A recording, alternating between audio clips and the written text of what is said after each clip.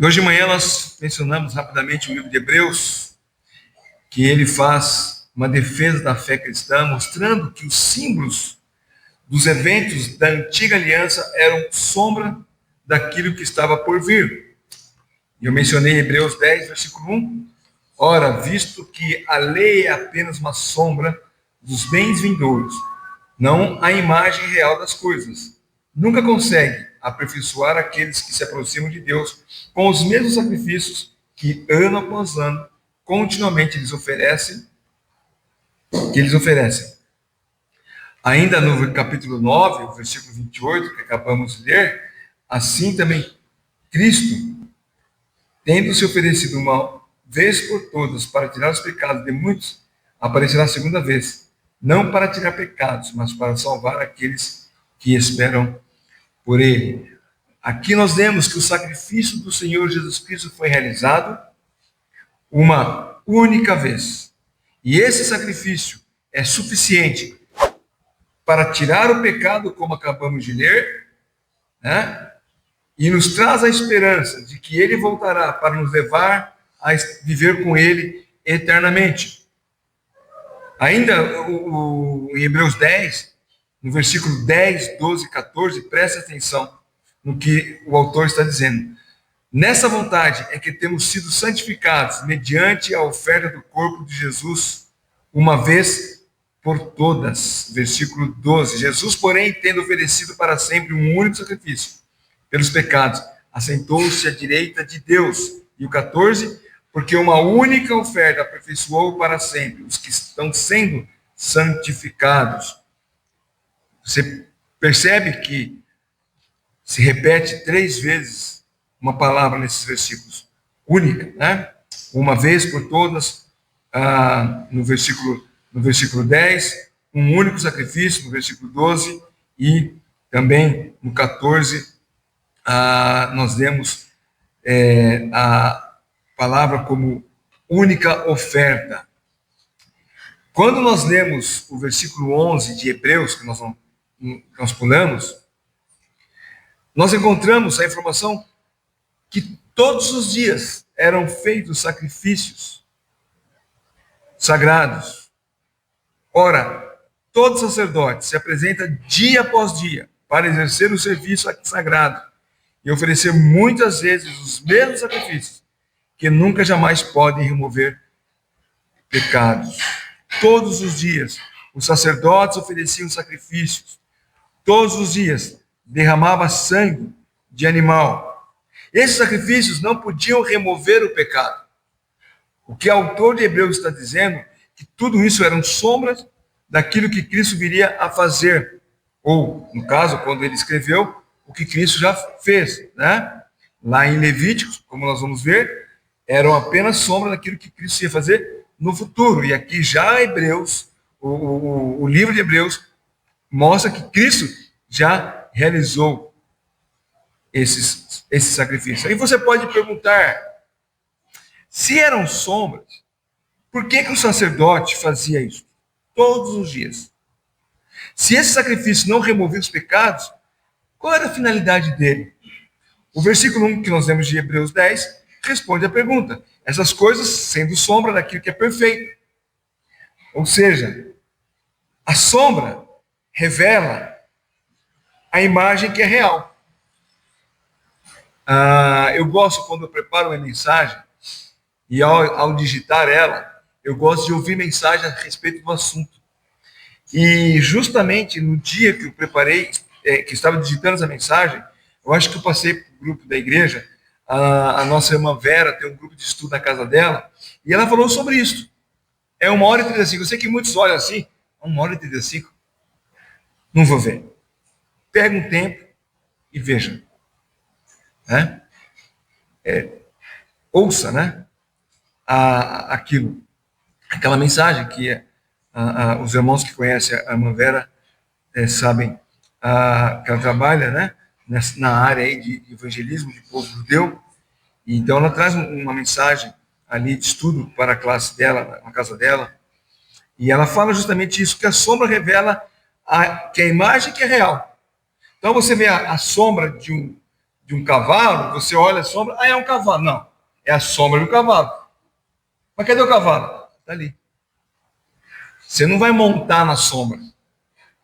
Você vai montar no cavalo. Tá vendo a sombra, né? Aqui, ó. Tem duas ainda. Até três tem, ó. Estão vendo três aqui? Gente, tem quatro. Uma, duas, três, uma, duas, quatro. Aqui, ó. Então, ó, você vê. Aí você vai complementar com a sombra? Você vai complementar, né, a pessoa. Então, na verdade, a prática de sacrifícios cobriam o pecado, mas não removia. O irmão César, alguns lembram dele lá de Bosque da Saúde. Ele uma vez pregou para nós num culto de aniversário da igreja, e ele usou essa expressão. Falou, ó, você está numa mesa, de repente cai um copo de vinho e você apenas põe um pano por cima. Você cobriu, você não removeu. Está coberto. Só vai remover quando você lavar. Então,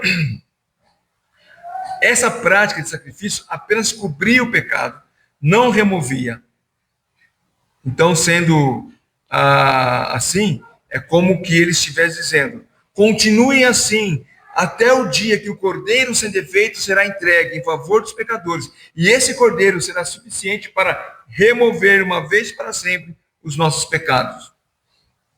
Os sacrifícios de animais, eles foram ordenados por Deus lá em Levítico, para que a pessoa pudesse experimentar do perdão dos seus pecados.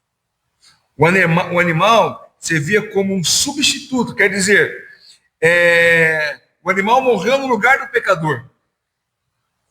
O sacrifício de animais parou com Jesus Cristo. Uma vez, acho que numa aula nossa aqui do curso que nós fizemos, nós estávamos conversando, quando é que efetivamente parou o sacrifício? Lá, né, você olha no Novo Testamento, Cristo veio, os crentes não faziam mais sacrifício, mas os sacerdotes, os fariseus, eles ofereciam ainda. Parou quando o templo foi destruído, 70 anos, né, depois de Cristo, mais ou menos. Então, uns 40 anos depois da morte do Senhor Jesus Cristo, aí os sacrifícios cessaram, porque não tinha mais o templo. Mas os crentes já não mais faziam sacrifício. Por quê? Porque eles entenderam que aqueles sacrifícios de animais que foram ordenados por Deus era apenas uma cobertura do perdão do pecado. E Cristo, quando morreu, então, removeu para sempre o pecado daquele que confessa a Cristo. Jesus Cristo, o Cordeiro, foi o substituto sacrificial supremo. E ele agora é, então, o mediador entre Deus e os homens. Nós não precisamos mais derramar sangue de um animal para cobrir os pecados, mas nós confessamos os pecados e temos Cristo como advogado, conforme João nos fala em sua carta, intercedendo por nós. Nós não deixamos de pecar e, infelizmente, continuamos pecando. Mas o Espírito Santo nos aponta: você pecou e você confessa a Deus o seu pecado. Você restaura a comunhão com Deus daquele pecado que você cometeu. Como nós lembramos na aula passada, quer dizer, não lembrei, né? Eu havia feito na hora que ele ia falar e as palavras não veio. Depois, nosso irmão na quinta-feira nos ajudou, que nós somos salvos do poder do pecado, da penalidade, da PPP, né? Da penalidade do pecado. Estamos sendo salvos do poder dele. E seremos salvos da presença do pecado na eternidade. Então, estamos sendo salvos do poder, significa que ele ainda pode nos levar ao pecado. E nós então confessamos o nosso pecado. Então, o sacrifício dos animais serviu como um sinal do que estava por vir. O sacrifício de Cristo a nosso favor era o que realmente estava por vir.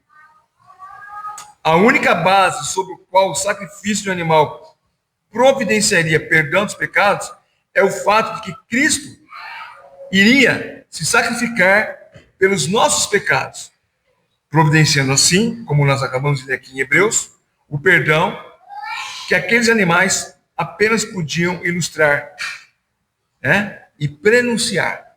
Somente isso. Lá em Levítico, haviam, deixa eu ver se agora eu consigo fazer aqui, a primeira folhinha minha aí. Ainda coloca a minha primeira folhinha. Acho que dá para você enxergar bem ali, não dá. Isso aqui tá, eu me rendi um pouquinho ao IA e organizou, né? O que o sacrifício, ele, mapa do livro de Levíticos, né? Leis dos sacrifícios, leis finais e bênçãos, festas do Senhor, objetivo, santidade e comunhão com Deus. Depois nós vamos ver um outro quadro, mais detalhe.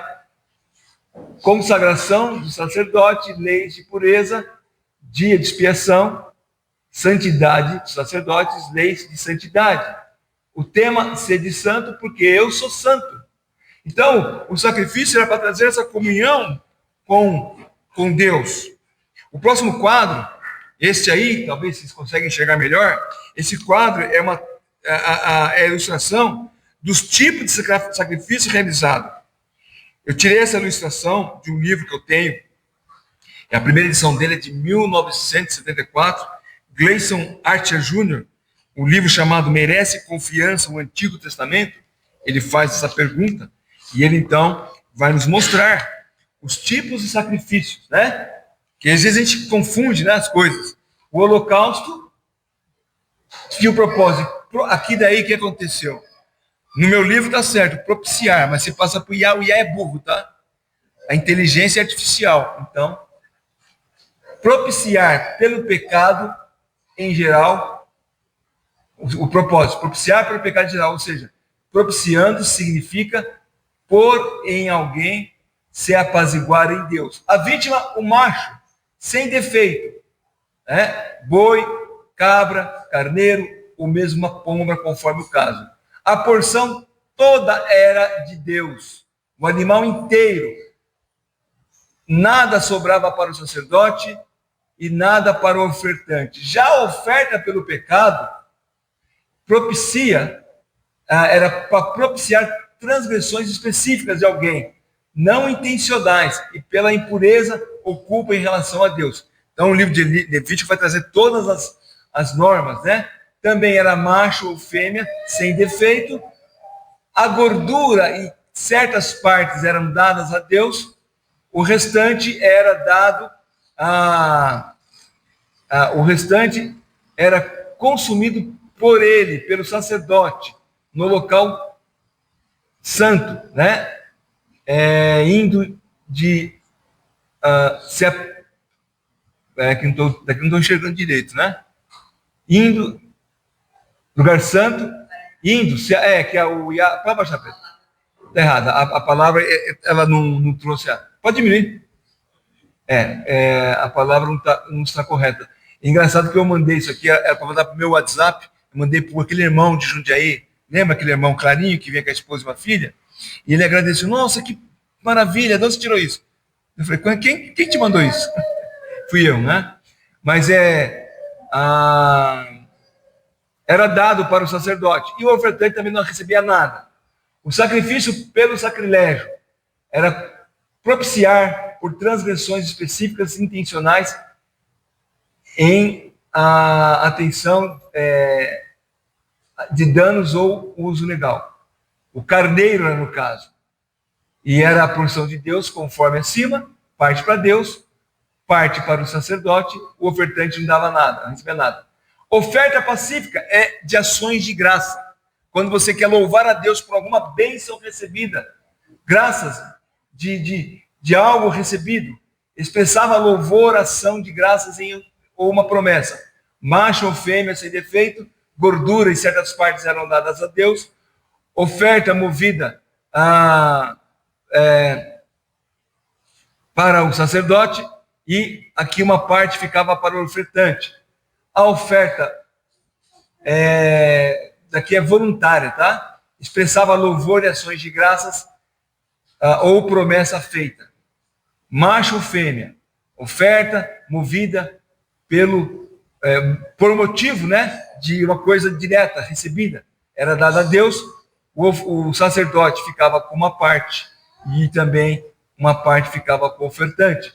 A oferta voluntária, que era uma bênção ou libertação, Sabe quando você recebe uma bênção, chega aqui na igreja na quinta-feira, eu quero agradecer a Deus por uma bênção recebida. Lá também era feito era dado dessa forma, o macho, também, da mesma forma, uma parte ficava para Deus, a outra parte era sacerdote, e aqui também ele recebia, conforme Levítico está nos expressando. E a oferta voluntária era algo espontâneo, se fazia por gratidão, algo que você queria ofertar a Deus. Também macho ou fêmea, todos sem defeitos, tá? Boi, cabra, carneiro ou pomba.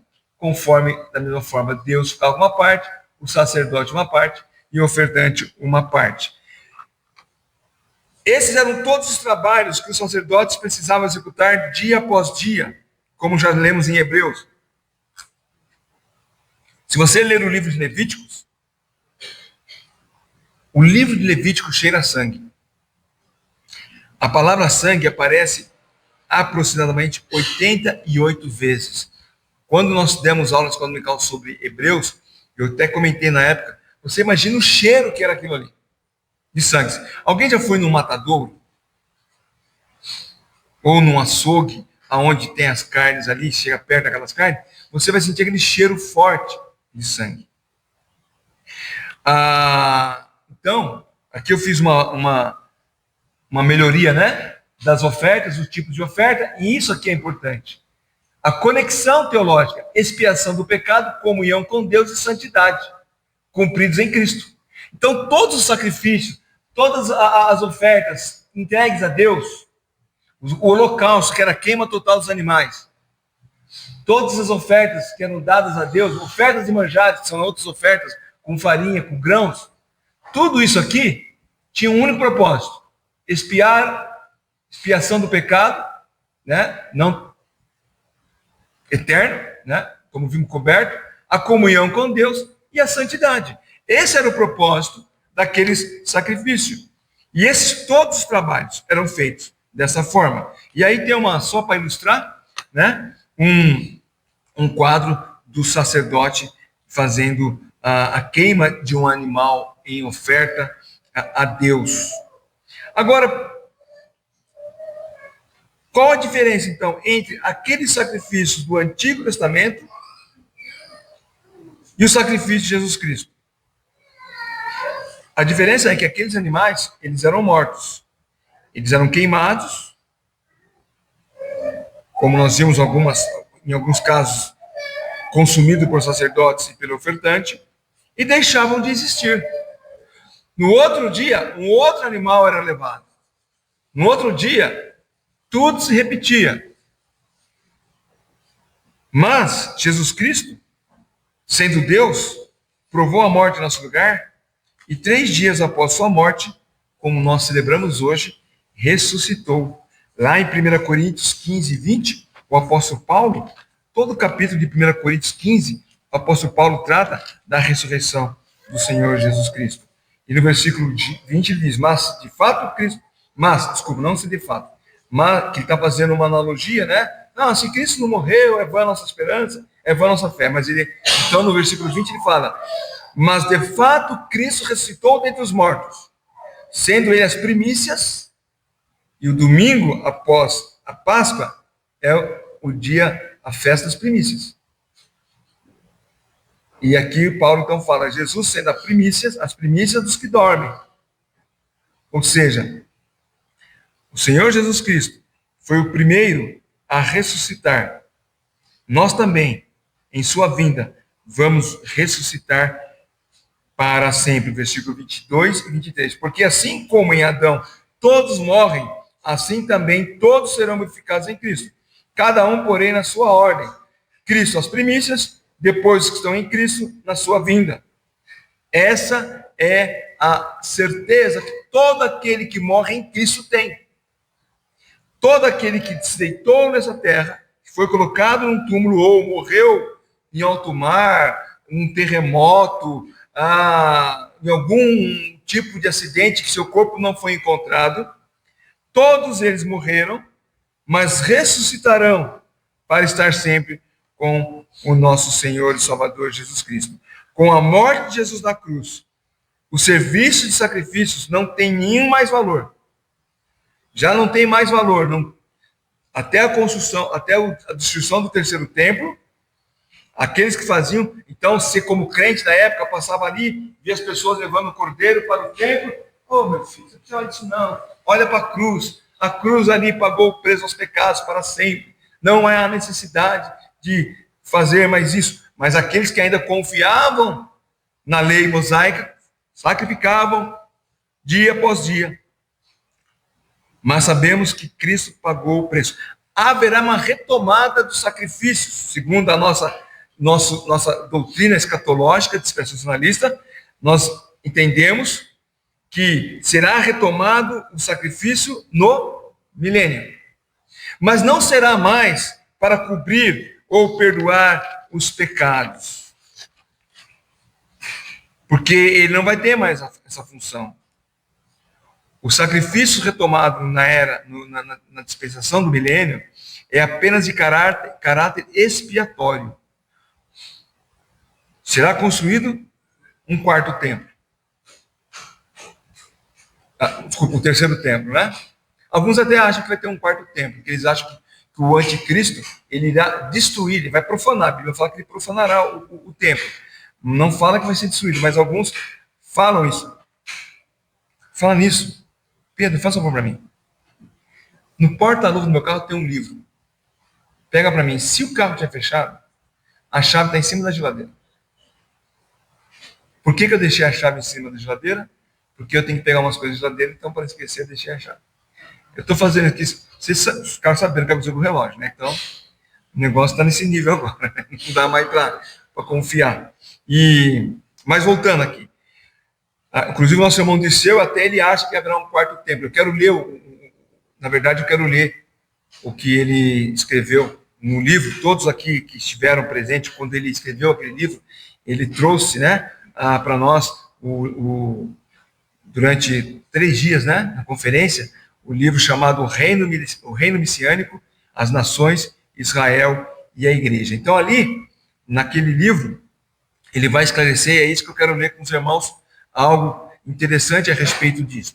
Mas ele, né, nós cremos, e ele tira de Ezequiel, do livro de Ezequiel, essas informações, mostrando que no milênio os sacrifícios serão retomados apenas como base de função de instrução, né? Função didática, né? E não mais como função de realmente cobrir os pecados. Então ele diz assim, presta atenção, não é muita coisa, embora seja da página 120 a 127, é apenas, eu só fiz aqui um resuminho. Presta atenção. Ele diz assim, adoração no reino milenar. O governo desse reino será unificado na adoração ao Deus eterno. Amós nos fala da restauração nacional de Israel. Lá em Amós 9:11, lemos assim: naquele dia, levantarei o tabernáculo caído de Davi, repararei as suas brechas, levantando-as das suas ruínas, restaurá-lo-ei como fora nos dias da antiguidade. Continua nosso irmão Disseu. O profeta Ezequiel, aproximadamente 593 anos antes de Cristo, já anunciava, lá em Ezequiel 37, 27 e 28, o meu tabernáculo estará com eles, eu serei o seu Deus, e eles serão o meu povo. As nações saberão que eu sou o Senhor, que sacrifico a Israel, quando o meu santuário estiver para sempre no meio deles. Isso nunca aconteceu no templo destruído lá nos 70 anos depois de Cristo. As nações não ficaram sabendo que Deus que é o Senhor, né? E que Israel é o seu povo. Pelo contrário, querem destruí-lo até hoje. E ele diz, o primeiro templo, o rei Salomão construiu, lá em 960 a.C. Foi destruído por Nabucodonosor, rei da Babilônia. O segundo templo foi construído por Zorobabel, tendo sido ampliado por Herodes, 19 anos antes de Cristo. A sua destruição ocorreu 70 anos depois de Cristo. Um terceiro templo deverá ser construído no mesmo local, para cumprir as profecias sobre o anticristo, que assentará no seu santuário, conforme 2 Tessalonicenses. Aí nós vamos ler que esses versículos não estão aqui, mas 2 Tessalonicenses 2, 4 e também Apocalipse 11, versículo 1 e 2. Então, o apóstolo Paulo escreve em 2 Tessalonicenses 2, 4, o qual, falando de Anticristo, o qual se opõe e se levanta contra tudo o que se chama Deus, ou é objeto de culto, a ponto de assentar-se no santuário de Deus, apresentando-se como se fosse o próprio Deus. Isso o anticristo fará lá na construção do terceiro templo, durante a tribulação. E lá em Apocalipse, capítulo 11, versículo 1 e versículo 2, João escreveu: Foi-me dado um caniço semelhante a uma vara, e também me foi dito: levanta-se e vá medir o santuário de Deus, o altar, e os que adoram o santuário. Mas deixe de lado o ato exterior do santuário, e não meça, porque esse ato foi dado aos gentios, que por 42 meses pisarão a cidade santa. Então, quando for construído o templo, os gentios estarão ali presentes. E ele continua falando. Tiago relembra que lá em Tiago, em Atos, capítulo 15, versículo 16, naquela conferência, no primeiro concílio da igreja, que estavam discutindo se os gentios teriam que observar as mesmas regras que os judeus, entre elas a circuncisão. Então Tiago levantou e disse assim: cumpridas essas coisas, voltarei e reedificarei o tabernáculo caído de Davi, e levantando-o das suas ruínas, restaurá-lo-ei. E aí então, continua dizendo, Zacarias 6, 12 e 13 diz: assim diz o Senhor dos Exércitos, eis aqui o homem cujo nome é Renovo, ele brotará do seu lugar, edificará o templo do Senhor, ele mesmo edificará o templo do Senhor, ele levantará a glória, assentar-se-á no seu trono e dominará, e será sacerdote no seu trono, e conselho de paz haverá entre ambos os ofícios, que é o de sacerdote e também de governo. O ofício sacerdotal será exercido no templo milenar, que será construído pelo próprio rei e sumo sacerdote, Messias, cujos detalhes arquitetônicos, daí ele vai colocar os desenhos do templo, e aí ele continua só para terminar. As nações saberão, lá no milênio, com a construção do terceiro templo, as nações saberão que as nações saberão que é o Senhor que santifica Israel. Lá em Ezequiel 37, 28, nos fala isso. O qual gozará da presença inefável do Messias, permitindo que todas as nações subam de ano em ano para adorar o Rei. Ainda Zacarias 14, 21 diz que serão oferecidos sacrifícios onde a carne de sacrifício será cozida, mostrando uma semelhança entre o sistema levítico terreno e o sistema messiânico. Aí vem um detalhe importante. Assim como a igreja recebeu a orientação de realizar em memória de mim a ceia do Senhor, nós fazemos, lembrando da obra de Cristo por nós. Fizemos hoje de manhã.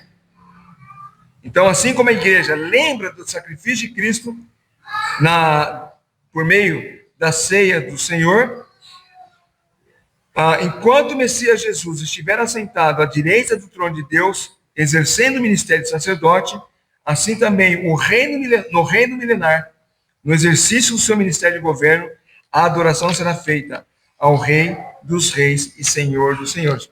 No reino messiânico, apesar da presença do sumo sacerdote e rei Messias, a raça humana deverá prestar como memorial o culto de adoração com a realização de sacrifícios de manjares, além do holocausto no templo, conforme é descrito lá em Jeremias 33, 18. Desafio os irmãos a ler Jeremias durante a semana. Então ele vai terminar apenas com esses argumentos. Que uma vez que a lei mosaica foi cumprida, de uma vez por toda, como lemos em Hebreus agora há pouco, em Jesus Cristo, a existência do sacrifício e e atividades no reino milenar, bem como eventual confusão do sistema de sacrifício com sacrifício instituído na lei, são apenas didáticas. E ele vai citar aqui alguns irmãos, como Thomas Ice, que é um escritor, que a chamada tem, já foi conferencista, alguns irmãos já ouviram ele ali em Águas de Lindóia, e ele diz: o sacrifício do templo milenar não serão retomadas a lei messiânica, uma vez já foi cumprida em Cristo. Outro irmão, Dr. Arnold, o sobrenome dele é alemão, mais ou menos quer dizer Fruchtenbaum, comenta: haverá um sistema sacrificial instituído no milênio, que terá algumas características do sistema mosaico, mas o sistema sacrificial do milênio não deve ser visto como uma restituição do sistema mosaico, porque não é. E por fim, um último irmão, David Levy, ele diz: no âmbito da consciência ou da questão da salvação espiritual, somente o sacrifício de Cristo foi o tipo de sacrifício que poderia formar a base da salvação eterna de uma pessoa. A salvação eterna da pessoa não era a questão dos sacrifícios do Antigo Testamento, e nem será no milênio, pois a salvação sempre foi e sempre será através da fé em Jesus Cristo, seu sangue derramado na cruz. Por quê? Os sacrifícios, eles no Antigo Testamento, eles não salvavam. As pessoas faziam isso aguardando a promessa do Messias, que viria um dia sim. Por isso que João, quando vê Jesus andando, diz: eis o Cordeiro de Deus que tira o pecado do mundo. Aqueles cordeiros sacrificados no Antigo Testamento apenas apontavam. Então, o fiel, o penitente, levava a sua ovelha, levava a sua, ali como nós vimos, até mesmo a pomba, né, uma rolinha, fazendo aquilo, confiando que aquilo cobria seus pecados, mas a salvação se dava por ele crer que o Messias viria para morrer na cruz do Calvário, porque não é o sacrifício dos animais que salva a pessoa. Tudo isso que eu li, nosso irmão Disseu, e eu creio que muitos irmãos têm esse livro em casa, dê uma lida nele, vale a pena, mas tudo isso eu li para que os irmãos pudessem entender que o Cordeiro de Deus que tira o pecado do mundo é apenas um. Está lá em João, capítulo 1, versículo 29. Acabei de citar esse versículo, né? João 1, 29, quando Jesus começa o seu ministério. Então, João Batista, encontrando com o Senhor Jesus Cristo, ele declarou que no dia seguinte, vendo que Jesus vinha em sua direção, João disse: eis o Cordeiro de Deus que tira o pecado do mundo. Jesus Cristo, ele cumpriu a obra. Hoje celebramos a vitória sobre a morte. Cantamos hinos sobre a morte e a ressurreição do Senhor Jesus Cristo. Não fazemos, como falei de manhã, aquele grupo que está na torre vigiando, né? Que celebra a morte de Jesus. Nós celebramos a ressurreição do Senhor Jesus Cristo.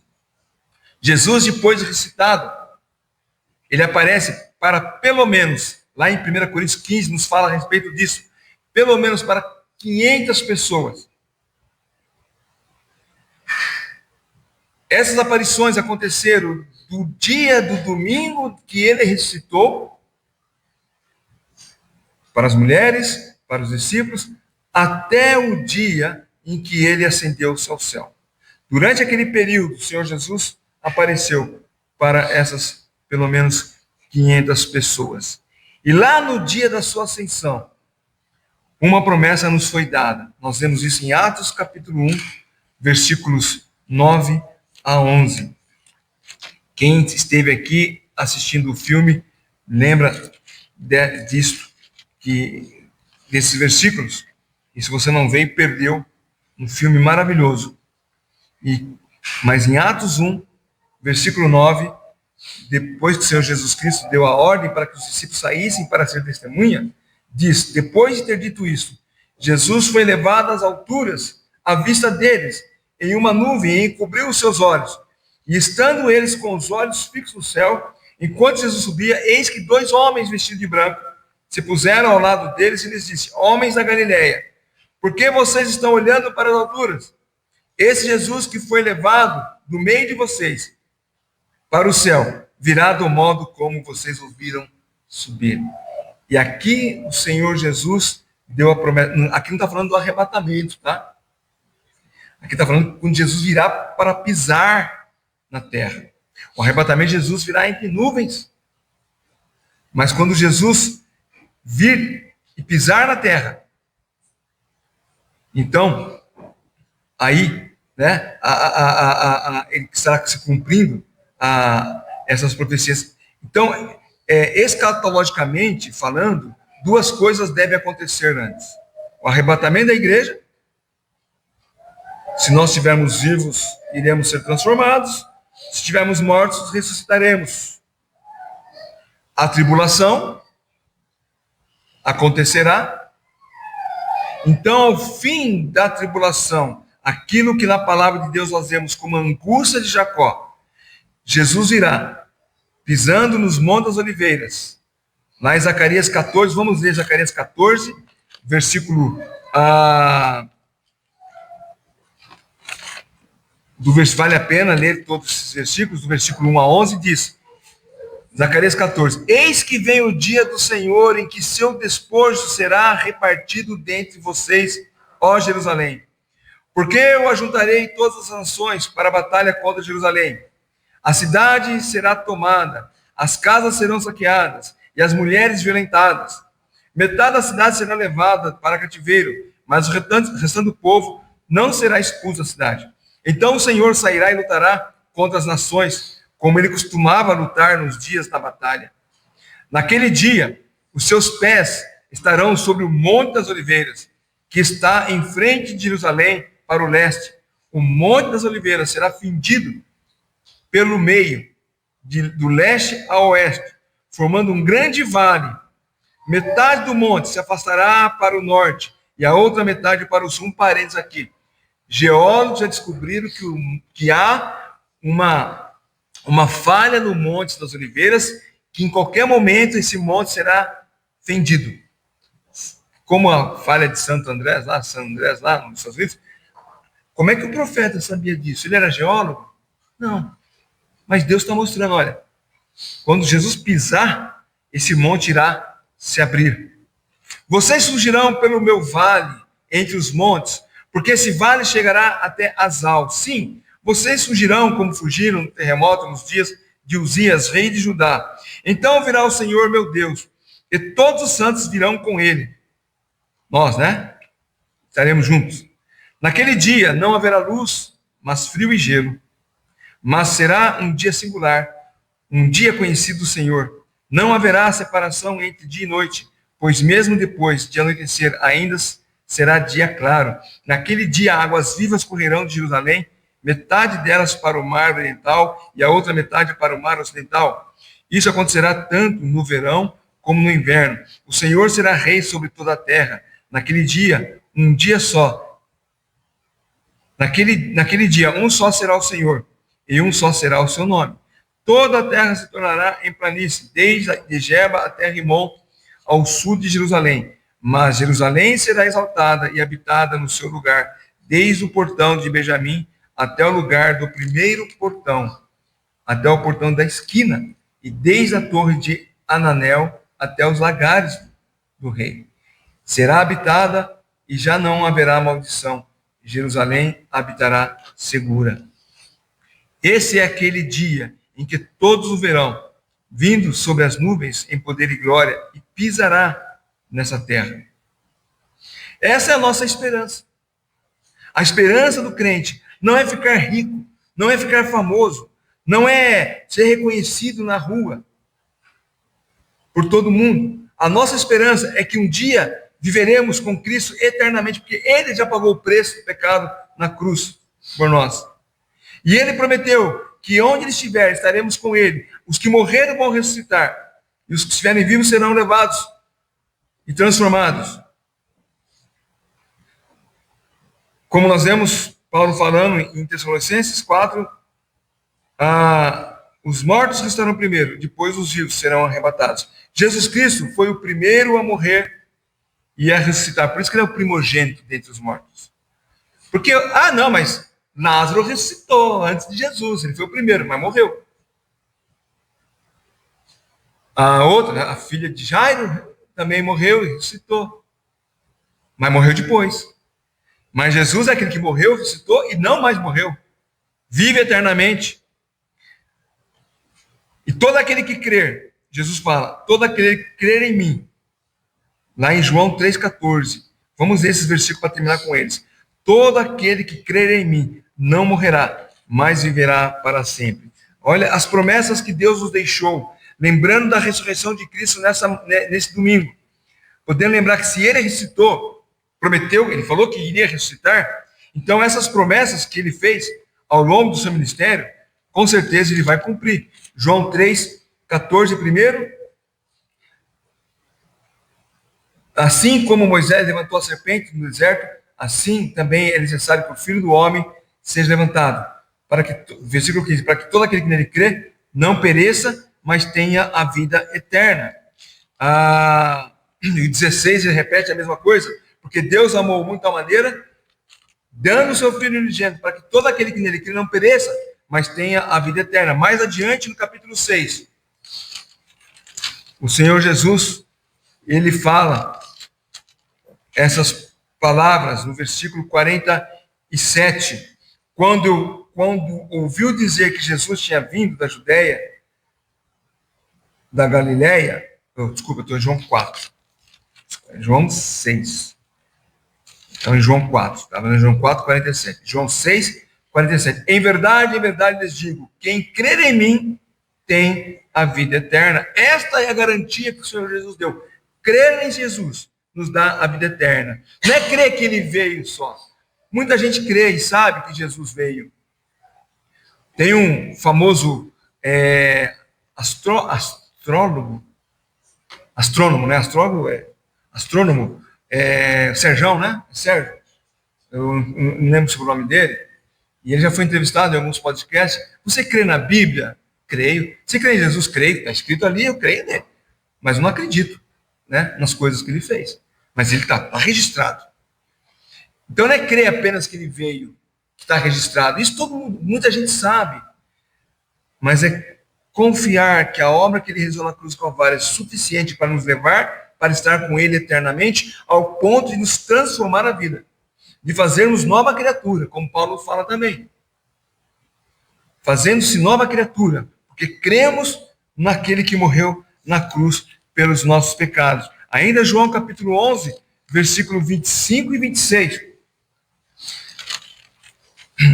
Nós lemos: então Jesus declarou, eu sou a ressurreição e a vida, quem crer em mim, ainda que morra, viverá, e todo que vive e crê em mim, não morrerá eternamente. E ele pergunta, e eu pergunto para você, você crê nisto? Você crê que realmente Jesus morreu na cruz pelos teus pecados e te deu com isso a certeza de que um dia irá habitar com ele eternamente? Ou você apenas sabe disso? Como eu acabei de dizer, crer é uma coisa, saber é outra. Você saber dessas informações não te leva ao céu. Você crer nelas e confiar nelas, ao ponto de transformar a sua vida, de fazer uma nova criatura, isso faz toda a diferença. Hoje nós celebramos a ressurreição do Senhor Jesus Cristo. Ele ressuscitou. E nós podemos louvar o seu nome. Porque, assim como ele ressuscitou, um dia, se nós morrermos, ele vai nos ressuscitar. E se nós estivermos vivos, nós seremos transformados. Porque esse corpo não pode entrar na eternidade. Seremos arrebatados e transformados. Não sei quanto tempo existe ainda. Não podemos abrir o jornal achando que é... alguns falam assim, você tem que ler você tem que ler o jornal, você tem que ler a Bíblia olhando para o jornal. Não, o jornal apenas aponta alguns fatos. Pode ser que seja breve, pode ser que demore mais. Talvez essa crise do Oriente é mais uma crise, não é a derradeira. Porque uma coisa nós sabemos, aquilo que foi dito na palavra de Deus está se cumprindo. E vai se cumprir o dia que Jesus virá para buscar a sua igreja. E como Jesus falou aqui nesse último versículo que nós vemos, você crê nisso? Eu espero que você realmente creia e confie em Cristo como seu Salvador e falar: Senhor, obrigado pelas ilustrações do Antigo Testamento, obrigado pelas sombras, mas eu não quero ficar com a sombra, eu quero ficar com Cristo. É Ele que eu quero, porque foi Ele que deu a vida por mim. Eu quero abraçar a fé em Cristo, não na sombra, não no bode, não no touro, não nas coisas que apenas apontavam para Ele. E se você fazendo isso, você vai ter uma vida transformada para a honra e glória do Senhor Jesus Cristo. Não estou dizendo que a sua vida vai ser mais fácil. Estava conversando com o João Anderson hoje. E eu falei: como é que você está? Está frequentando uma igreja? Sabe como é que é, né? Eu vi umas coisas acontecendo. Eu falei: rapaz, se você ficar vendo coisas que acontecem, nem eu estaria aqui. Porque somos pecadores, infelizmente. Mas pecadores redimidos, conscientes do pecado, que confessa a Ele, que pede perdão e que perdoa, e que procura viver uma vida não mais conforme antigamente, uma nova vida, como Paulo fala, em novidade. Que nós possamos viver em novidade, se tão somente já cremos em Cristo como Salvador. Amém?